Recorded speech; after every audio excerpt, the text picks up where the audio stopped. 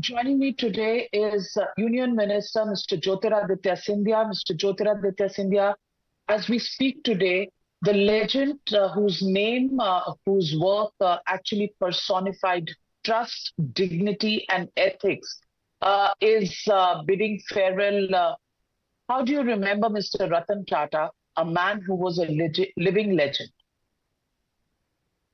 Navika ji, Ratan Tata ji was a colossus. He was a titan. And I mean that in every sense. A man who exemplified the highest level of determination, the highest level of commitment, the ability to take risks where no one would venture, the ability to be able to foresee a future and then to embark on that path, knowing fully well the risks that it would entail. Those were the qualities of Mr. Ratan Tata. And in his lifetime, he stood steadfast to those values and those ideals. And look at the path that he trailblazed, right from the acquisition of Tetley in the UK to the acquisition of Chorus through Tata Steel, and then through building the cheapest car in India, the Nano. Everyone said that this is not going to be possible. How can you build a car at that price point? And he said, I will show you. And he showed us all. The acquisition of JLR, Jaguar Land Rover, and the creation of TCS, Tata Consultancy Services. All of these is Ratan Tata ji's contribution not to the Tata Group, is Ratan Tata ji's contribution not to India, is Ratan Tata ji's contribution to the world. Most importantly, he was a man who stood by truth. He was a man who stood by values and principles. One of, I would say, the most unassuming person I have ever met in my life. I had the good fortune of knowing him for almost 4 decades. The Tata family and my family share a very, very long old history. Sir Jamshedji Tata, when he was looking for funding for Tata Steel, couldn't obtain it from the US and in Europe. My great-grandfather, Madhav Maharaj I, funded the full operation of Tata Steel because he knew that India needed infrastructure at that point of time. His son, JRD Tata, when he, prior to independence in 1942, when he built Air India from scratch, my grandfather, Jivaji Rao Scindia, and he brought Air India to Gwalior in 1942. My father and Ratan Tata ji were 8 years apart. I remember meeting him in my Bombay house when I was 10 years old. Shared a long 43-year-old relationship with him. When I graduated from Harvard and came back as a banker with Morgan Stanley, went to him many times for advice and mentorship. The last few occasions, we invited him in 2016 as a chief guest for the Scindia School Founders Day. And the way, Navika ji, he engaged with every single child, went from one desk in the exhibition to the other, inquisitive, wanting to know the story. Every child was flocking to him for photographs, for autographs. So Mr. Ratan Tata didn't represent a generation. He represented multiple generations of India. I had the good fortune of having lunch with him 2 years ago with my wife and my son, introducing him to my son, who he has also mentored over the last 4 to 5 years. So for me, apart from it being a national loss, for me, it's a very, very personal loss. A loss of a human being, a person who believed in humanistic ideals, his passion for wildlife, his passion for dogs. I remember as a child in Bombay House, every stray dog was welcome. Every stray dog was fed. His love for not only the industrialists or the politicians that he rubbed shoulders with, but for every factory worker on the shop floor of the Tata Group, for every member of his staff. At the core, he was a human. At the core, he was a man who exemplified love and care. and we will miss him not only because he was a great leader and a great business leader, but more importantly, because he was a good human being who left his imprints not on our head and our mind, but in our hearts. Absolutely well said, Jyotiraditya Scindia. And when you mention the fact that he was so human, even today at the Taj in the Gateway in Mumbai, a stray dog is never shooed away from the doorstep. The stray dog is as much part of that ambience as people who walk in and out of that very, very iconic hotel. Standing so tall, the Taj Group, and you've And his really passion, put it Navika, in. his passion for creation. He stepped down as chairman of the Tata Group.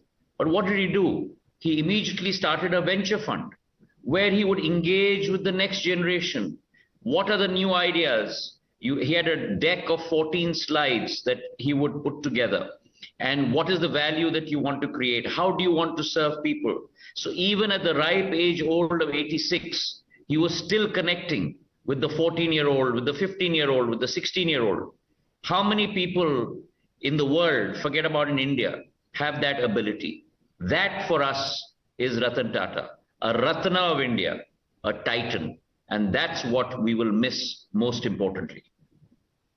Jyotiraditya Scindia, any personal anecdote that you shared with him in your long association, which you carry personally till this day, as if it's fresh, as if it just happened yesterday?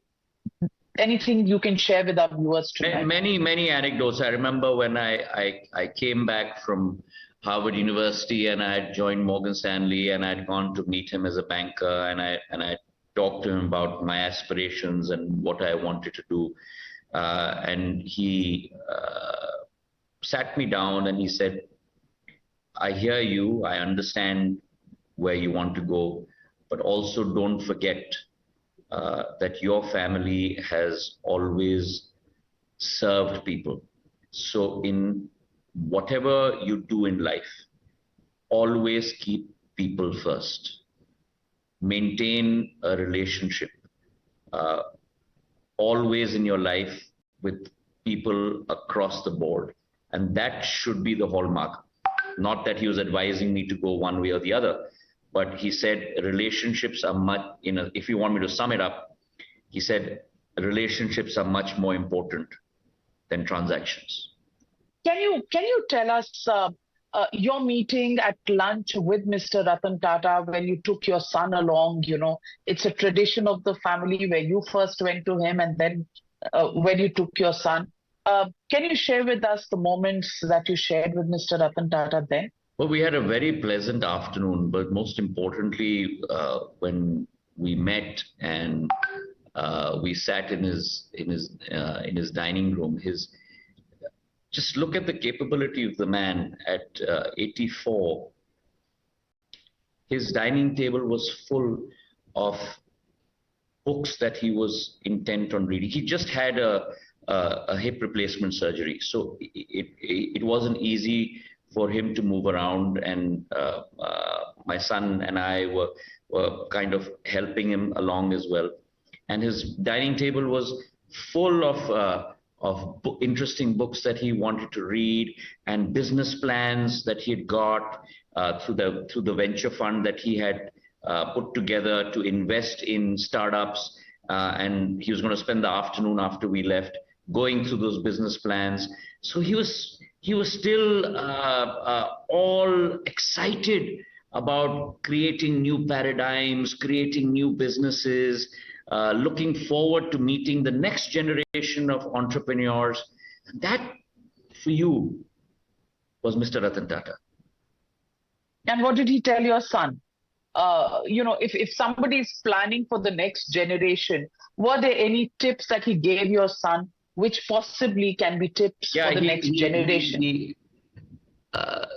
I'm more of a conservative person, and so my son was thinking of at that point of time, and he since has done a startup, and he said, don't listen to your father, do exactly what your heart wants to do. And I didn't have the guts to refute him, so I just kept quiet. But that for you was Ratanji. And your son followed Ratan Tata's advice more than yours, exemplifies, what kind of encouragement and And the imprint, just the imprint in a short period of time that you can leave on people. And these are not, Navika, these are not things that are tangible. These are intangible things that you feel. It's not something that you can express. And he had that capability to do that. I also remember meeting him at the time when his a very passionate project of making the cheapest car, the people's car, Nano, was concerned, and unfortunate circumstances that made him move out of West Bengal, and finally he scouted around and landed in Gujarat. And on the day of the MOU signing, I interviewed him. That day he had a little bit of what can I say, moist eyes. That sometimes political crossfire cost immensely as far as building a nation is concerned. Do you really think that still happens, and can we avoid as a country that from happening as a tribute to Ratan Tata? I think that often that happens, but fortunately not that often in India. Having said that, the reason why, and I'm going to pick on the word that you used, you said moist eyes. Only someone who is passionate about what he is creating, only someone who will have that kind of emotion attached to what he is creating. For him, every business that he created was like his extension of his own family. And that kind of passion is something that he exemplified. There are so many vignettes and so many stories about him. But most importantly, Navika, India has lost a great son, and India has lost a good human being. He was very, very unassuming, and even look at this age, at 82, 84, 85, thinking about where India needs to go. He was behind the move of the Air India acquisition. He was behind the move of setting up the Airbus C295 facility in India. He was behind setting up TASL, which Tata Advanced Systems, which people said, there's no way it's going to take off. Tied up with Boeing, tied up with Airbus, manufactured aircraft components in India. He was behind the idea of setting up a fab in India. So he was 85, 86, but he was still a young man, and he still dreamt. He still had passion. He still knew and believed in the cause of India. And that's what we are going to miss. In our lives, we see many businessmen come and go. We see many political leaders come and go, but we rarely find that passion, that commitment, that emotion, and that ability to continue to think beyond the paradigm that we are accustomed to. And that is what Ratan Tata leaves in his trail. If I may use a aviation term, because he was an aviator, in his vapor for all of us to follow. In one line, what would you have said to him if Mr. Ratan Tata was in front of you today? In one sentence, thank you for being you. Beautifully said, beautifully summed up, because that's what Ratan Tata was. Everything that a human being should have been, and God possibly perceived a human being would be this. That's what Ratan Tata personified. Thank you very much, Jyotiraditya Scindia, for speaking from the heart and speaking from your experiences with him, giving us a glimpse into the life and times and the philosophy of Ratan Tata.